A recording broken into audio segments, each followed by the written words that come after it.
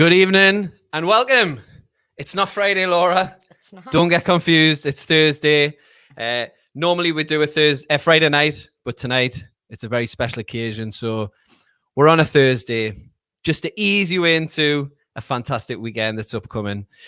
Laura and I are in the studio. How are you feeling, Laura? Good.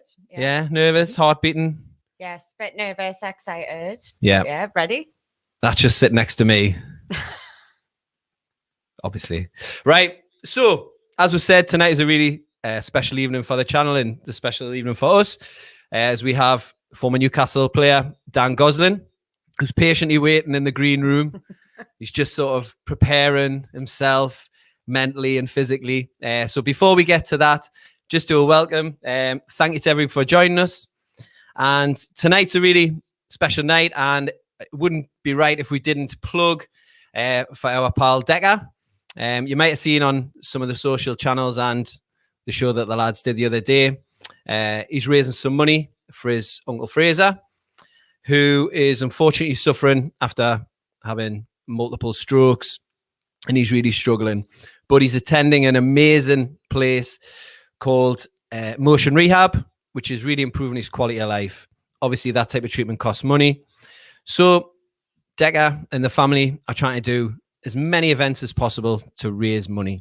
And one of those is they're raffling a Castor ball that's been signed by all of the current first team of Newcastle United. And the good thing is there's no Sports Direct signs on it whatsoever.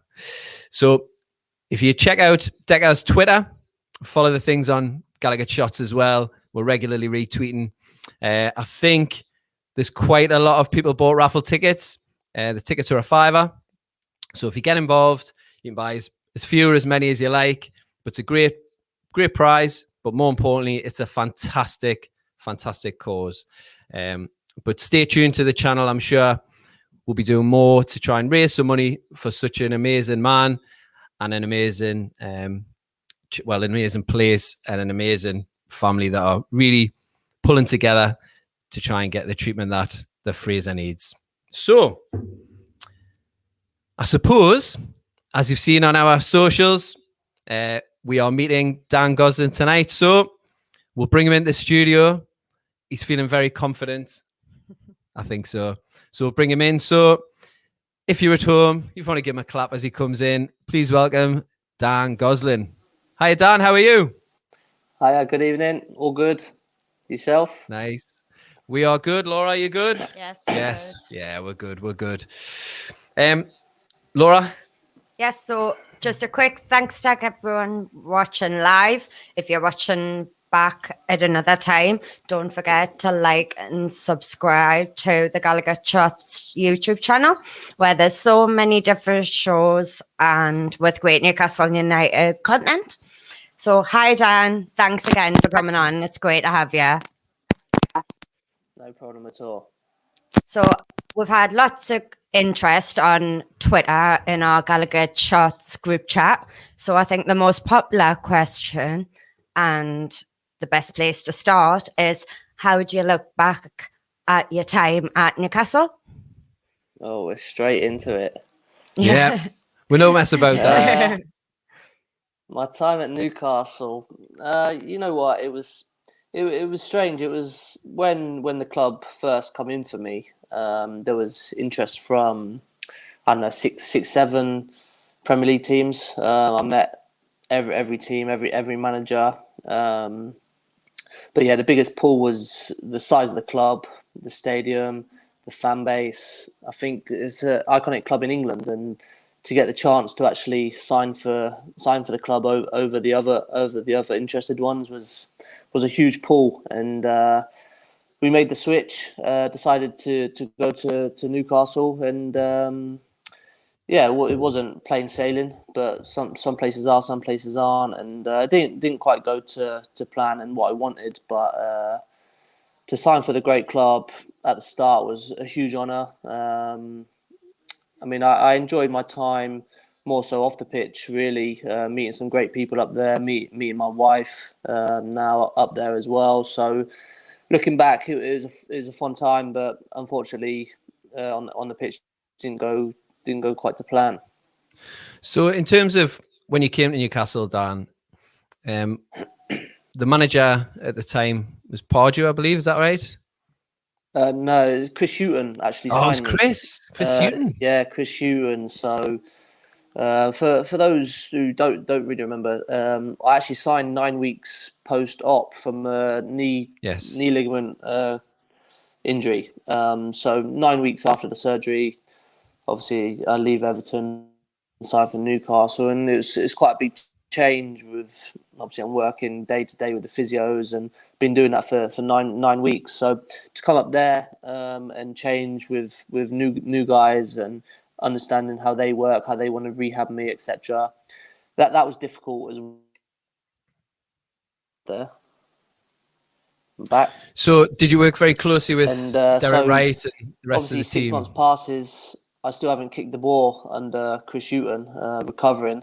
And then, obviously he got sacked and Alan Pardue come in. So it didn't start the best. One manager signed you, then another manager takes over and you're still injured. So, it started bad and ended bad, really.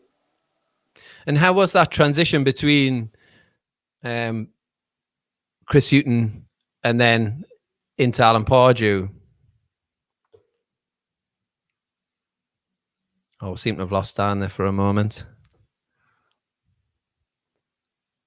That is interesting because you don't, when players sign, if you're injured, it must be such a difficult time to be able to ingratiate yourself into the club with the players. Must be really tricky for because you're just dying to get started, aren't you? And then obviously it puts a back burner on and you've got to work twice as hard. You're obviously training in different place to everybody else. And like you say, you can't integrate yourself. Let's go to some of the comments just while we're waiting for Dan to sort out his connection there. Hopefully he can come back on and rejoin us. Good evening to everybody. So we've got Geordie FM, got Tobias, Tilly, got David, got Marty. By the way, Laura, have you seen?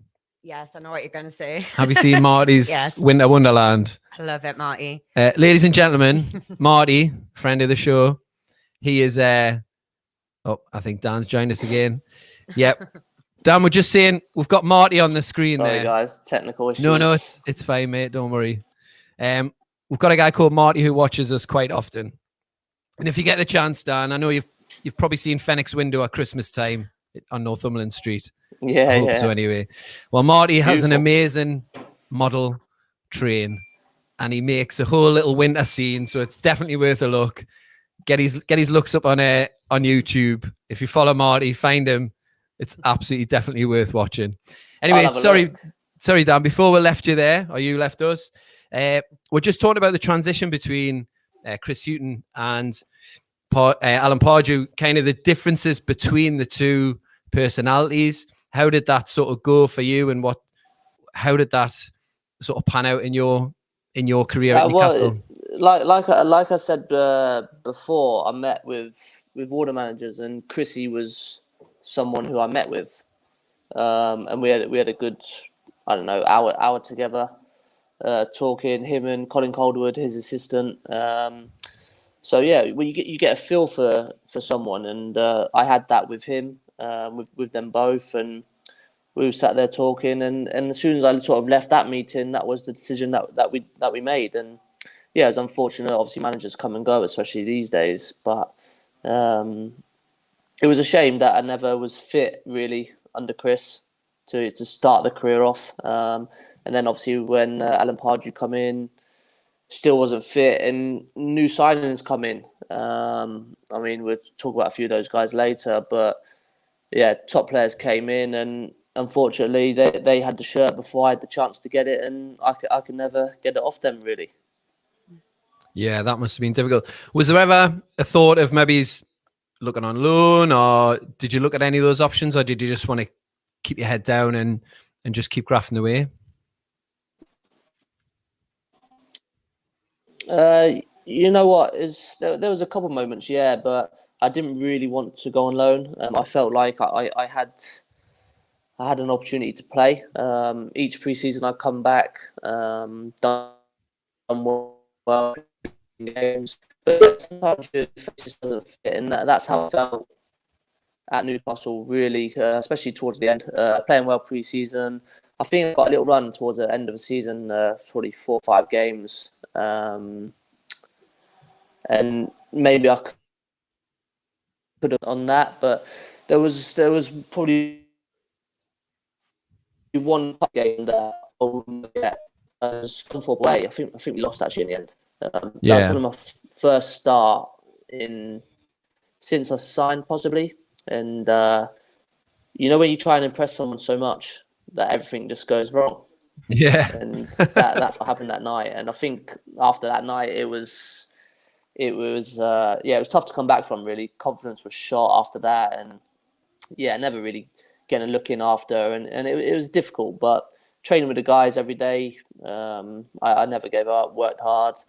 I never sort of was lazy, unprofessional around the place. And so I left with my head held high, really. Tried everything and ultimately fell short. I think there's probably a bit of a misconception around your time at Newcastle, where a lot of people probably feel that you are injured a lot, but actually, looking back on it, it was only those probably two injuries that you had that really affected you. But do you feel frustration with that? Obviously, I signed a 4-year contract. The first year was a write-off anyway, as I was recovering from the cruciate ligament injury. So in effect, 3-year contract. The second year, I played in a reserve game. I asked to play in a reserve game just because I wanted the game, wanted some minutes. Someone had a nasty tackle and I turned my ankle over, and then that was out. I was out for sort of 3-4 months. So that was my second big injury there. Well, first one really, because I didn't get injured there in the first place. But after that, I was fit majority the rest of my time there. But I was traveling the Europa League season, traveling to Russia, to all these places, and just getting put in the stands. So obviously, my name's not on the team sheet, so it's just like, oh, Dan Gosling's injured again, and that's how a lot of people perceived me as injury prone, which very frustrating because I was training every single day and obviously just not getting a chance really. But like I say, sometimes your face fits, sometimes it doesn't. I just felt like under Alan Pardue, I was never going to play really. Just before we go into just something Laura's just been, we were talking about before, just come out of obviously Pardue. He comes across as a larger than life character, we'll say. How were your dealings with, obviously talking about your face maybe didn't fit, and he had his players, obviously had Kabai, Tiote, a lot of those players, but how was he generally with you? How did you find the way that he was around the place, and particularly with you, your interactions? It's difficult. I didn't really have too much interaction with him. Obviously, the 2 players that you mentioned were signed, I don't know, a year after me, I guess. And there's no, I don't lose sleep not playing with those 2 guys ahead of me because they were top players. So on that front, it's okay. I can deal with that. Yeah.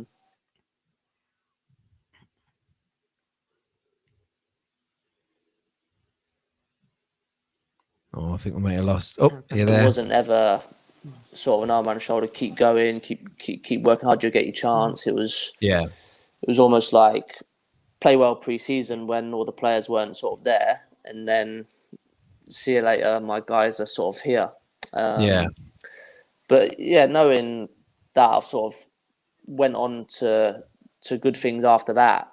I hope he's obviously. I played against a couple of his sides actually. West Brom. Maybe Newcastle possibly once, twice. I'm not sure if he was still there. But obviously showing him that I could play at the level. I hope he realised that afterwards.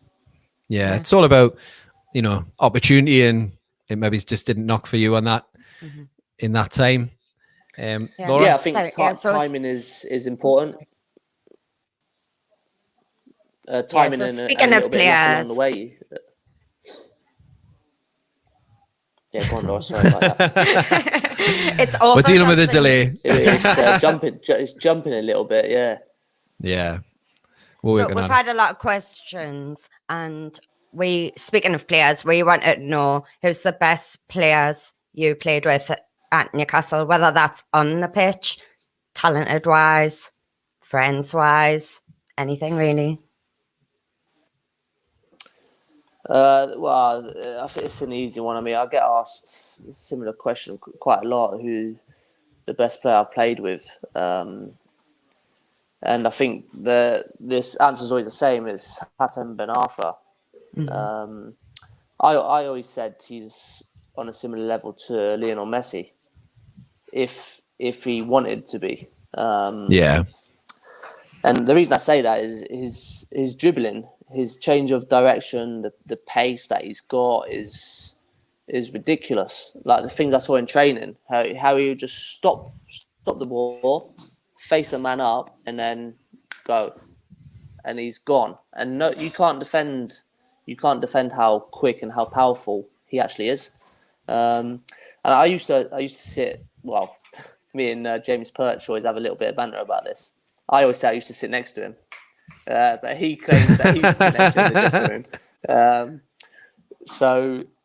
But I used to say to him, why are you here? Why are you not at Real Madrid or Barcelona with your talent? But Hatem was a very relaxed guy. He was professional, but he didn't push himself to the limit, and that was why. And then, to be fair, a couple of years later, he signed for Paris Saint-Germain, and I thought, well, yeah, he's at the big club that he should be at, one of the greatest clubs in world football, in PSG.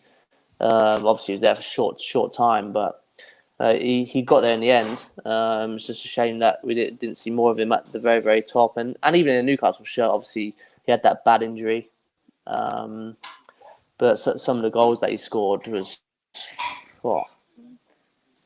crazy. Did the players just kind of accept Ben Arfa for who he was, and obviously acknowledge the skill? And was he a cause of frustration, or did people just accept him for who he is and what he was?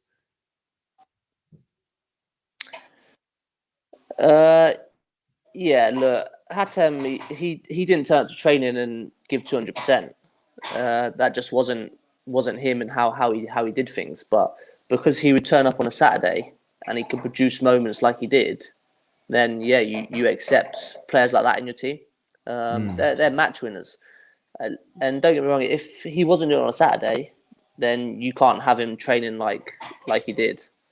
But because he was so good and he did turn up, then what can you do? I mean, I would quite happily have a guy in my team winning me 3 points every Saturday, and I'll do an extra 2K running for that guy. No problem at all, because I know what talent he's got, and if we win, it only helps me. Yeah. Some people might feel different, but that's my opinion. No, I think you're right. I was listening to a Match of the Day Top 10, and Shiro was saying something very similar about Aspria for Newcastle.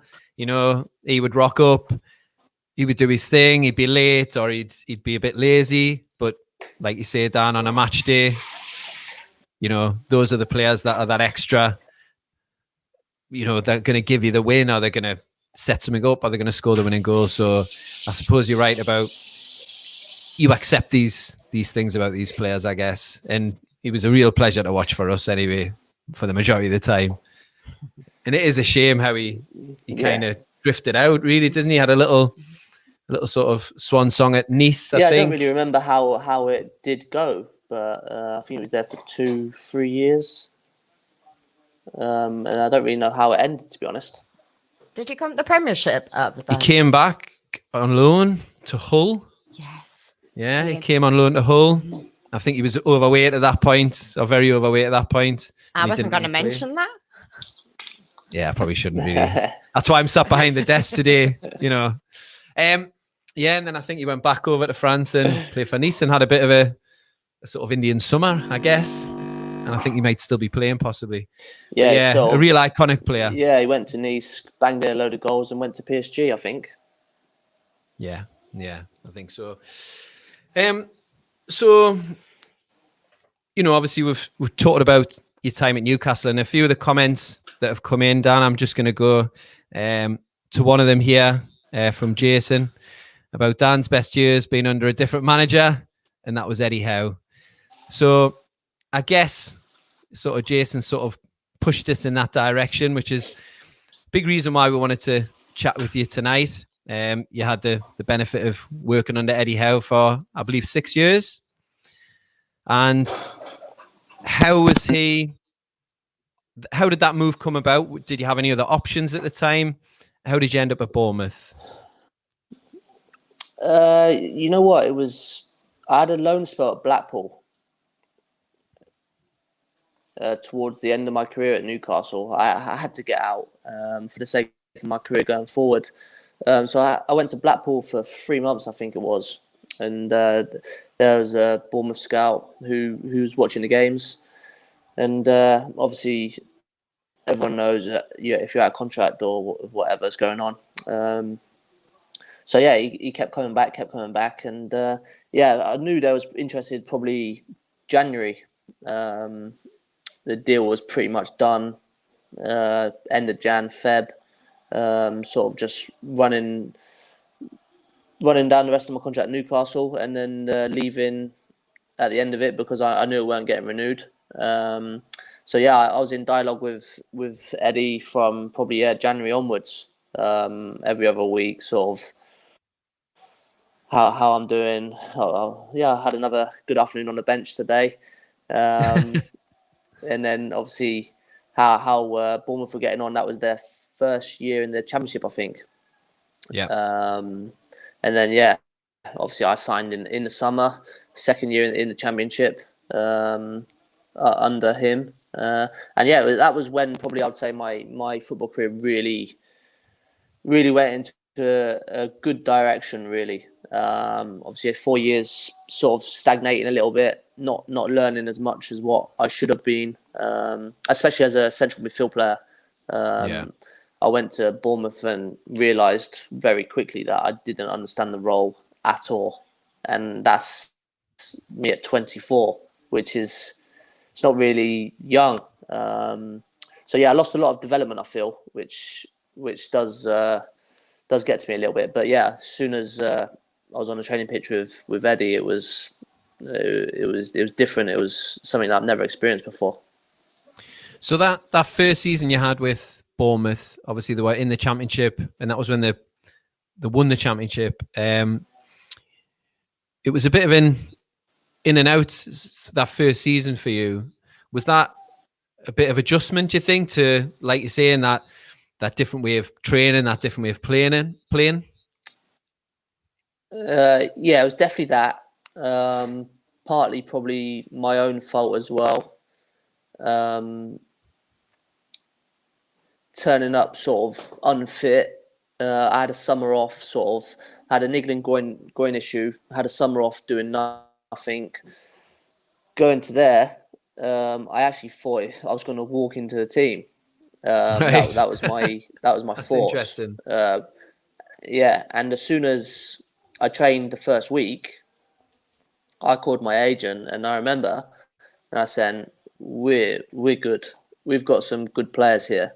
And obviously, the training that was taking place, I quickly realised there was a good level, and I wasn't quite ready for it. And at the time, that there had some good midfielders. Obviously, Harry Arter, Andrew Sermon was pretty nailed on in that position. And obviously, we won the league. So most weekends we were picking up 3 points, and it's difficult to change a winning team, especially the Championship when games are just Saturday, Tuesday. You keep winning. It's relentless, and you don't want to lose the momentum that you're building.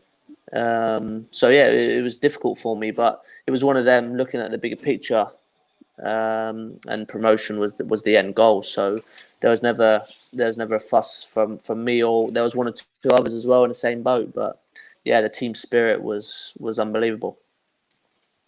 When you signed for Bournemouth, did you speak to Eddie Howe before you signed? Was he key in your signing for them? Yeah, he was a big part. Yeah. I mean, like I said, I was speaking to him probably from January onwards, before I actually signed the deal. And to be honest, there wasn't many teams actually interested in signing me after I left Newcastle. I had pretty much 3 years with not a lot of games under my belt, so and everyone thought I was that injury prone guy as well. So there wasn't. I didn't have loads of offers and loads of clubs to choose from. Maybe one or two, and Bournemouth was very keen. I spoke with Eddie a lot, and yeah, it was an absolute no-brainer for me to go there. Did you feel the difference from going, like you said before, when you signed for Newcastle, it's a massive club, big stadium, fan base, really intense. Did you feel that coming to Bournemouth was a bit more like a family feel? Yeah, probably. And I soon probably realised it when I knew how small sort of Bournemouth was, and I think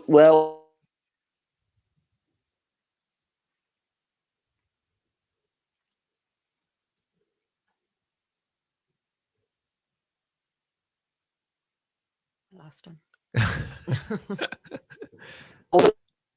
and that helped. And like you say, it was smaller stadium, smaller training ground, and everything about it. I just think at that time that's what I needed, and Yeah. I knuckled down, and that was that. Did you say would you say that your confidence was low coming into Bournemouth, and then if so, did sort of what was in place, say by Eddie Howe or his staff, to kind of build you back up? Yeah, my confidence was probably low, but I just think the care and attention that Eddie put into me, and not only me, but every single player. He coaches every single person, whether he like a striker who's just come to train with us, or 20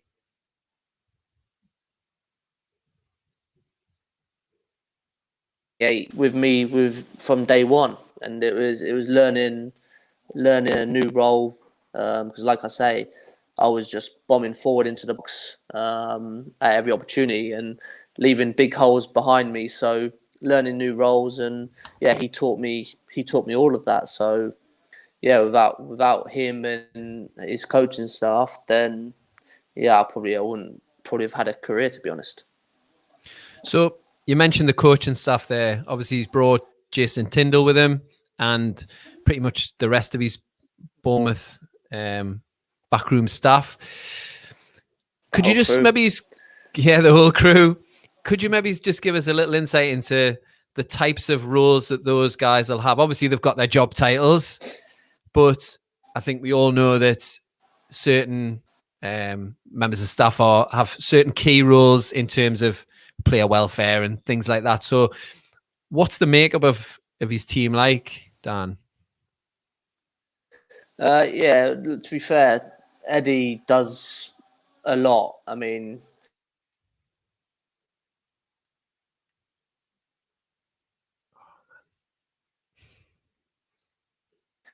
We'll keep losing you a little bit there, Dan.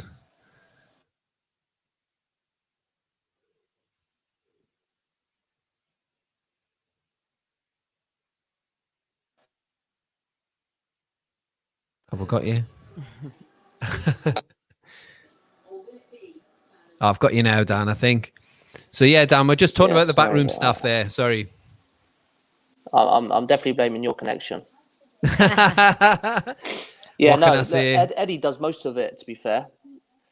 Eddie does most of it on the training ground. He likes being in control of all areas, really. Right. But you have a backroom staff for a reason, trusted lieutenants, and yeah. So obviously, I don't really know the roles up there because Graham Jones is already there. Yes. So I guess Jason Tyndall was the assistant here, who did pretty much coaching on a day-to-day basis. And then you've got Stephen Purchase, who was a 23 manager when I first started here at Bournemouth. He was a 23 manager, got promoted probably in maybe the second year in the Premier League. He got asked to come up and help, and he was first team coach, good coach, very very sort of approachable, and if you want anything after training, you go to him, and then Eddie will come over and want to take over because he likes getting involved and watching everyone. Tinner's Simon Weatherstone, another coach who can quite easily take sessions, will help lads one-on-one if anyone wants any extra work. He's your go-to guy, and he's also the guy, the happy guy around the place, keeps the spirit up, has the banter with the lads, huge voice in the dressing room on games.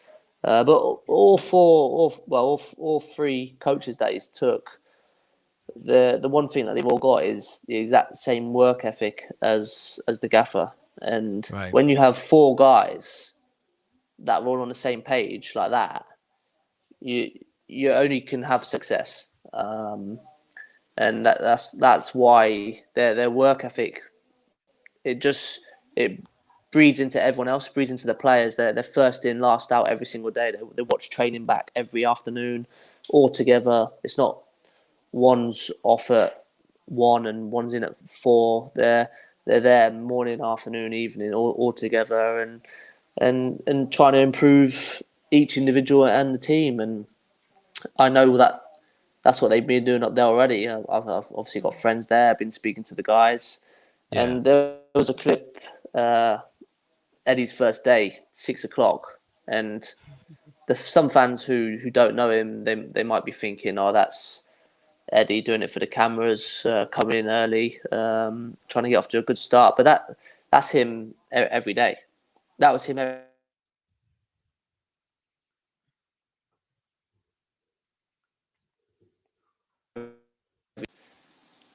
I turn up at 9 o'clock. So you were speaking about the backroom staff and your experience with them. From what you know of them, which Newcastle players will flourish under them and benefit from that type of coaching?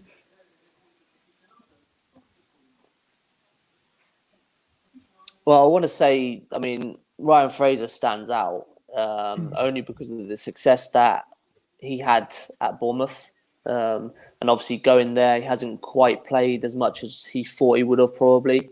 Total different style under Steve Bruce, and I don't know whether Rafa signed him possibly. I'm not sure how long. I'm not sure. No, but it even, was even Bruce. still, no. Yeah, Bruce signed him. Yeah. Well, yeah, it's a completely different style to what he's ever played. So yeah, he probably hasn't hit the heights that he hoped, and the fans probably hoped. So he's someone straight away that's probably rubbing his hands together, thinking, "Oh, I can get going again now." And he knows exactly how Eddie works, and they have a great relationship. I know that I've seen a lot of memes like you guys probably have as well. But yeah, they're back on good terms, and no, I'm sure he's one that will flourish. I'd like to say probably Jamal Lewis. He might do really well under Eddie. I'll go for the young players because that's how Eddie is, and he's coached a lot of them.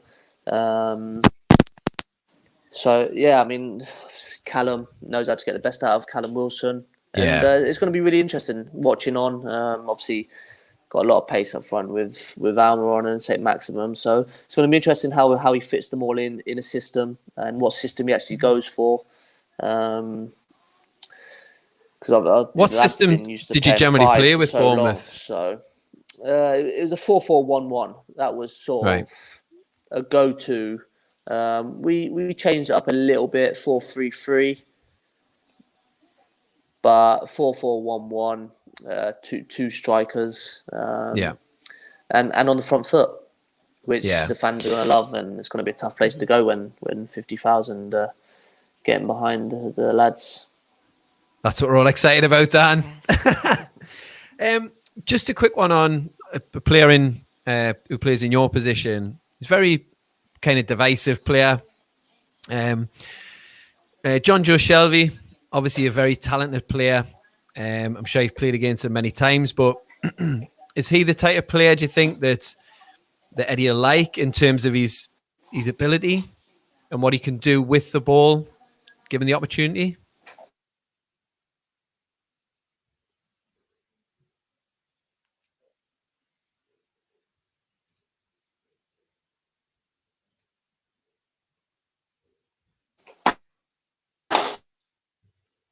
Oh, this connection. He's getting on the ball deep, higher up, and he makes them tick. So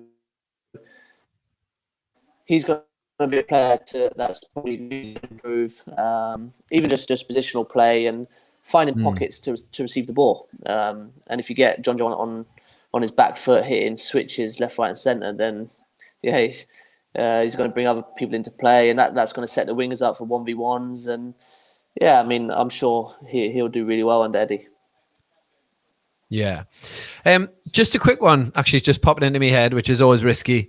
There's been quite a few pictures on social media on the Newcastle anyway, where we've had the players at the end of training have had a photo taken, and the belief was possibly that the winning team in training gets the picture up in the training ground, and that happened at Bournemouth. Is that something that's true? Is that something that happens?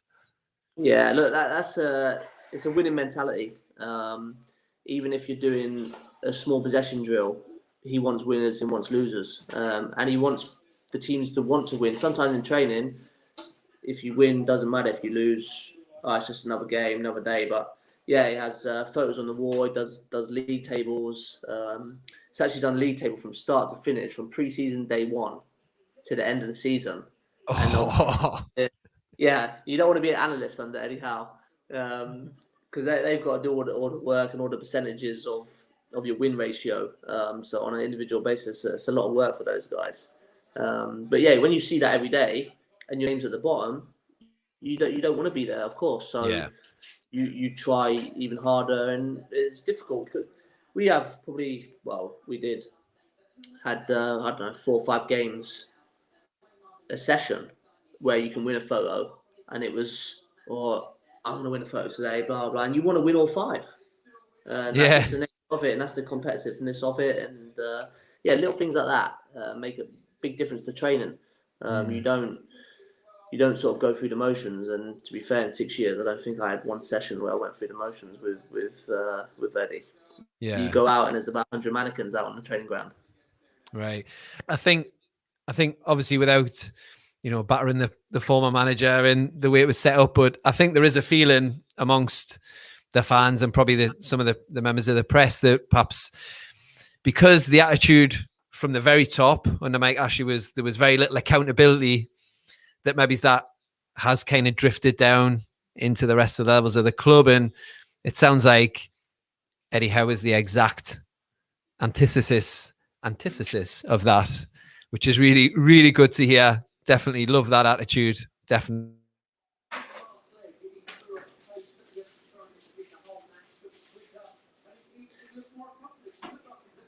Looks like he's going to be working under a director of football now.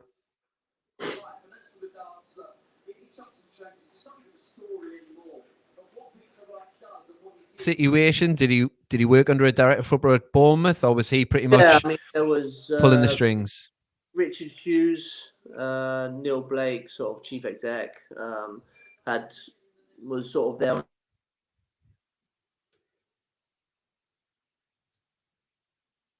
Oh, I'm going to have to speak to Chris about this internet connection. We've just got so many devices going, I bet. Let's just turn your Wi-Fi off on your phone. Right, okay. Let's see if we can get Dan back. Send him out and we'll get him back in. I do apologise. We've been excited about this all week.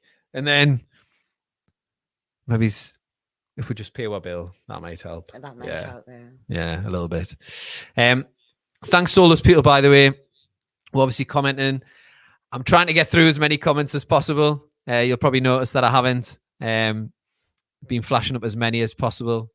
But Laura and I are really trying to focus on making sure Dan's in there. He's disappeared for a moment. Laura, just kind of reflecting on a couple of things that obviously Dan's sort of let us into in terms of the competitiveness at the club, and particularly having these league tables and things like that. Who do you think's going to be at the top of those league tables consistently? Probably Who's going to relish it? That have already played under him and are used to it. Yeah, I think. Yeah, I honestly think, speaking from, I know I'm not a footballer, but even in any... Are you not? No, I'm not. Shut up, man. In any workplace, yeah, if the top are ambitious and making you work hard and strict and meticulous, then it, like you said before, it does follow down. So I do think even your Shelby's are going to benefit from it in any way. Yeah. Hopefully. I've just had news from Dan there. Yes. And he's had a power cut. No way. So it's not our connection. So it's not our connection, ladies and gentlemen. I've got 3 angry faces and he's had a power cut. Oh, no. So what we'll do is we'll carry on for a little bit longer, Laura. You and I will be able to riff for a little bit, won't we? Yeah. We'll give Dan maybe 5-10 minutes to see if we can come back on. If not, we'll have to wrap things up. Maybe hopefully we'll get Dan on a good connection and we'll see if he can get back on another time. But yeah, about that, the competitiveness, it's only going to benefit us, isn't it, really? Of course it is, yeah. Yeah. Mm-hmm. What are you expecting to see Saturday then? Well, we'd said we wouldn't talk about the Brentford game beforehand. And you were like, okay, I'll put those notes away. But we might as well, Laura, while we're here. So what do we think? I don't think that was one of my questions that I want to ask. Do you think he would completely change everything? Or will, like Eddie mentioned being United, will he upset the apple cart? Will he drop some of the big name senior players? Or it's been an international break? Yeah. Will he just pick the players that he's worked with? They're all gonna have worked harder. Yeah. But even if he does pick the players from last week, even if it is the same team, I hope it's not as like a meltdown on Twitter. Yeah. I hope, because it'll be very interesting to see the difference in those players and the setup. Yeah. So even if it is the same team, I won't be as disheartened. I'll be all right as long as it's attacking and more of a plan. Yeah. I mean, obviously from the kind of bits that Dan has told us, I think is what we're going to see, What they're saying. I think we're going to see Kieran Clark suddenly become Baresi. No, he's not going to be Baresi, is he? But I think there'll be a natural confidence lift in the team. The atmosphere is going to be amazing. Yeah. Which will help massively. Definitely.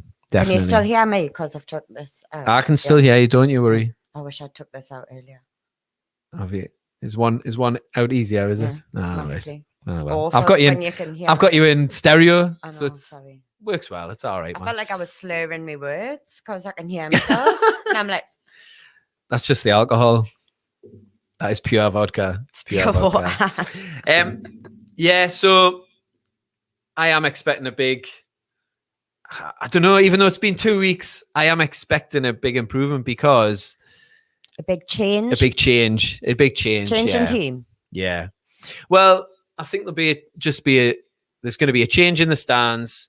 Oh, yeah. There's going to be a massive uplift on everybody. Everyone I've spoke to is absolutely buzzing for the match. I'm buzzing for 2:00 to see the team. Yeah. I think it'll be in the pubs. Everyone will be like glued to the phone. Will Matt Ritchie be playing left back? No. Yeah. Who? Someone said that he definitely won't. Yeah. Well, when I spoke to Dan the other day, when I spoke to Dan the other day, he said he'd spoken to Matt Ritchie and he'd said, "You ain't playing left back anymore, are you?" And he was like, "Probably not." No. Yeah. Well, that's a good start. Yeah, I think I'm going to go with 2-1. We're going to beat Brentford at the weekend. It's happening. My prediction is finally going to come home, and we are going to win. What do you reckon? I'm going to go 1-0. Going to 1-0. Wilson. Yeah. Ivan Toney is coming back. Is he going to score? You know, like that thing of a former player coming back. Probably a frustrating time. Maybe he's similar to the way Dan felt when he was at Newcastle. Maybe he felt his progression wasn't what it should have been. He stagnated in the coaching. And he seems to have come on leaps and bounds under different coaches. Oh, well, can I change my projection? Go on then. Are you going to go 2-1? Yeah, go 2-1. Because I think he'll score. Yeah, it'll work. I've went off now, look. Definitely. I think what we'll do, guys, is we're going to wrap things up for tonight. Really appreciate everybody. I've said appreciate there. I said I wouldn't say the word appreciate. No, Apparently, I say it quite a lot. Obviously. And obviously. I was supposed to make a list of alternatives to obviously. Apparently. Like apparently, as well as, and stuff like that. Consequently. Oh, you should get into teaching. Yeah, you should. Few people have said that. I mean, just not the kids you teach. Right. So, like I said at the very start, we've got a fantastic raffle prize on offer. Decker of this parish. Oh, hold on. He might be back. There he is. Yay! He's back. This night's like my Newcastle career. Very stop-start. Are you on 4G now? No, I've just got the power back on. But actually, this morning we had a leak through the ceiling, just where I'm under now. I've got a big wet patch above me. Come through the bathroom, so that obviously done the power in, and now all day on and off it's been very temperamental. So it's not been the best of days, but yeah, hopefully this will stay on now. I mean, but luckily though, Dan, Laura and I were able to fill while you were furiously attacking your fuse box. But I really appreciate you coming back on. Yeah, no problem. So, I mean, I suppose kind of just to finish, I don't want to take him for too much longer. He's got a leak to deal with. He's got a leak to deal with, yeah. Are you quite handy around the house, Dan? No, not at all, honestly. If I ask Ashley, it was just anything to do with DIY. It's just don't call me. No. All right. Actually, Dan, somebody had a really interesting question. Let me just see if I can go back to it. Jason, obviously, I know you're still, in the prime of your career. You're still a young man comparatively to me. Have you got any plans? Can you need to go into coaching? Have you done your badges? Are you looking at that as something for the future? Yeah, no, I've done my B license. I passed that with flying colours. Obviously. But to be fair, the B license was very, very straightforward. Right. It sort of was to get started, but I had the opportunity to do that while I was at Bournemouth. So I jumped at the chance to do that. And yeah, next is the A license, which I will certainly do. Probably going to start at the start of the season next year, and do that throughout. And then hopefully by the end of that, it's probably a 12-month course. So yeah, A license and then pro license, and yeah, I'd love to go into coaching management one day.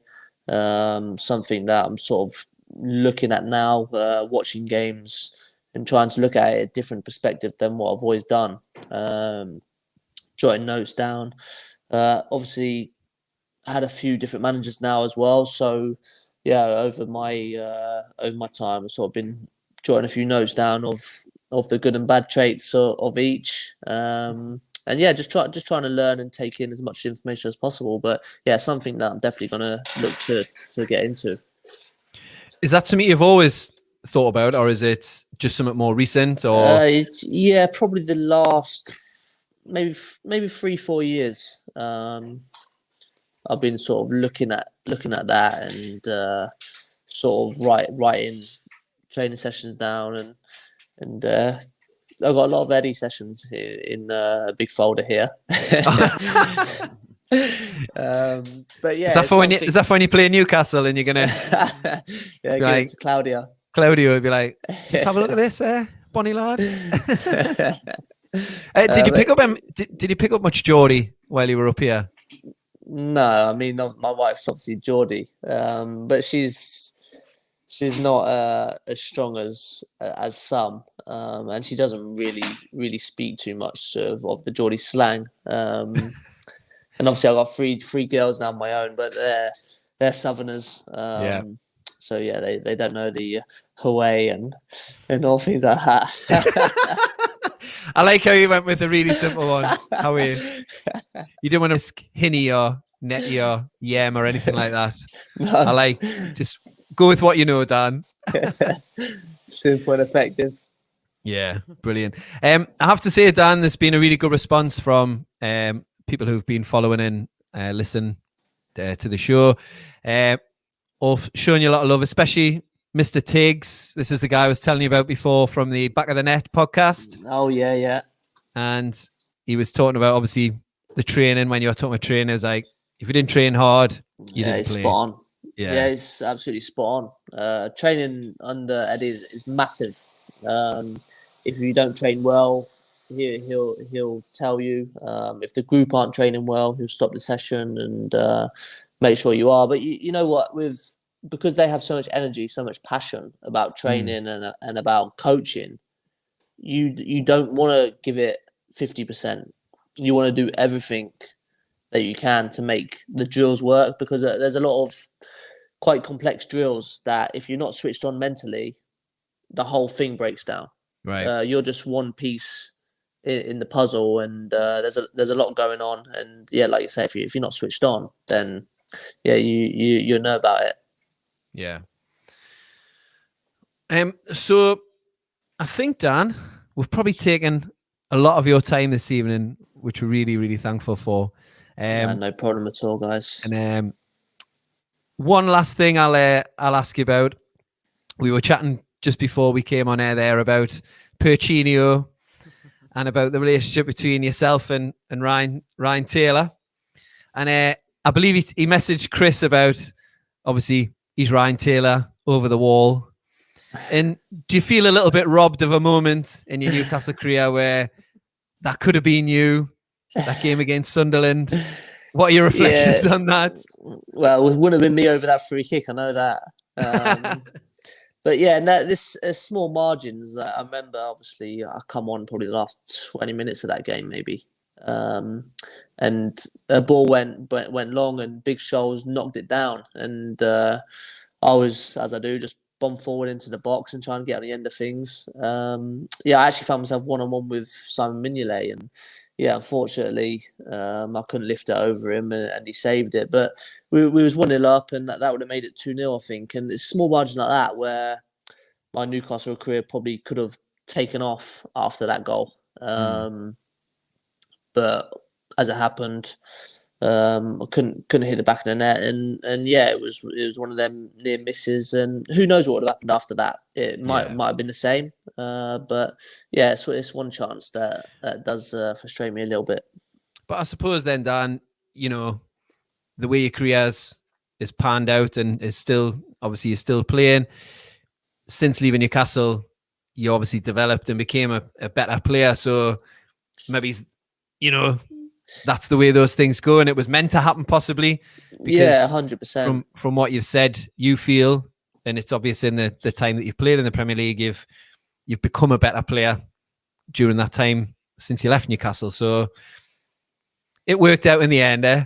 Yeah, no, it certainly did. Yeah, I have no qualms about that. And yeah, your career goes different ways, and things happen. And sometimes it goes for you, sometimes it doesn't. But yeah, overall, I'm very pleased with what I've achieved so far, and being in the Premier League still to this day, it's it's brilliant for me, and yeah, hugely something that I'm proud of. So you mentioned Taylor before, and we've mentioned Perchino. Is there anyone else you're in touch with from your Newcastle days? Well, funny, obviously Rob Elliott is goalkeeper here, Watford. Yes. So when I walked through the door, he'd literally just signed probably, I don't know, a couple of weeks before me. So that was nice to see a familiar face. I mean, the guys up there now, obviously the ex-Bournemouth guys, Matty, Weeman and Cal. But yeah, not too many more really. Obviously, I'm back with Musa Sissoko. Yes, yeah, he signed after me, so yeah, he took my place up there, and he's trying to take my place down here as well now. So he's following me around. So we're not best of mates at the minute. But yeah, I mean, he's a good lad. You don't have to say anything, but he doesn't look like the most friendly of fellows. I've seen his face sometimes. He's a gentle giant, Musa. Yeah, I'm sure he is. He is. I mean, you play with, I don't know, I've played with 250 odd players in my career, and yeah, to keep in touch with maybe 5, and Tails and Perchy are 2 of the guys that I keep in contact with regularly, obviously from my time up there. So, some good things came out of it in the end. Yeah. Well, you got your wife and your family, so you can't go wrong there, can you? Yeah. Just a couple of things. One more thing just before we'll let you go, Dan. Obviously, you started at Plymouth Argyle, and a couple of questions that came through on Twitter just about Ian Holloway. Obviously, he was manager of Plymouth when you came through, and he's obviously got a reputation in the game. Seems like a very lively character when you see him on television. What was kind of he like to work for, to play for? Brilliant. I loved him. He come in and he just had so much energy, so much good fun, personality. He brought things to the club that obviously we never had before, sort of court cases on a Friday as a fine system. You sort of come in with a case, and he's the judge, of course. And yeah, well, obviously punishment he says goes. And there was one time I was 16, I think. 16, training with the first team, and I was in the gym, and I was challenging one of my other friends. We were scholars together, bench press, and I was sort of giving it the big one. I could do 80 kilos, blah, blah, blah. And I couldn't do 80 kilos. So he's brought it up in the court, and saying I was giving it the big one and this, that, and all the rest of it. And Ian Holloway has said, right, everyone get to the gym. So he makes the whole squad go into the small gym that we have put up in a portal cabin, and watches me do 80 kilos just to prove it. And to be fair, when everyone was there and adrenaline, I managed to lift 80 kilos. So I didn't look too foolish. But yeah, just moments like that, it brings team spirit. I remember one away trip, I think it was Norwich, probably our only flight because it was so far from Plymouth. He's on the phone as like the air stewardess, sort of doing all the seatbelt and the life jacket and the whistle, and he's up there copying her, mimicking her and stuff, and just little things like that. It's just it was brilliant, great for me being a young guy, and yeah, he was good with all the young guys. Like a really good grounding and a good start in the game. Yeah. Kind of what to expect when you go through your career, I guess. Yeah, we had some solid pros there, good old pros who, kept you in good stead. I think you mentioned one there, Barry Hales. Yeah, Barry Hales, yeah. Top guy. There was loads, Lillian Nallis, Nick Chadwick. He had a glut of French players, I think. Yeah, Doumbé, Nallis. I think there was probably one or two others, but people sort of David Norris. Yes. Good pro, Paul Watton. Yeah, we had a number of experienced players, and it was a great dressing room to sort of be a part of at a young age. And obviously, Dan, we can't go without saying, for those Championship Manager fans out there, there's obviously those legendary players, Ibrahim Bakayoko and the like. But Dan, you were fortunate enough to share a dressing room with the iconic Cherno Samba. Yeah, no, I was a big Champ Manager sort of fan as well, and I used to play that an awful lot. And yeah, he like you say, he was the biggest thing, the biggest superstar. Sort of, he was the Freddie Adu. Freddie Adu. Yeah, he was as big as him. But he come to Plymouth after, I don't know where he was, but he must have been pretty young, 22, 23 possibly. Yeah. And he was a great guy, really great guy. But I think scarred from all the publicity he got, and all the hype that he got, because he was linked with every top team in world football. And yeah, when Champ Manager gets hold of you and puts you as 20 finishing, 20 heading, and everything, you start believing the hype, and before you've actually done anything really. And it was sad really, when players sort of like that. But he come down, he great guy, good player, but unfortunately just never worked out the way that he probably wanted to and thought that was going to happen for him. Yeah, the weight of expectation probably too heavy on his shoulders, I would imagine. Yeah, it's not easy. Yeah, it's such a young, tender age. Yeah. Dan, I think what we'll do is we'll wrap up. Again, thanks so much for coming on, joining us and rejoining us after your power cut. Yeah, sorry about that connection, guys, earlier on. It wasn't the best. Mate, no worries. A couple of requests. If you can get Rob Elliott to reply to his DMs, apparently. What's her name? Tell him what.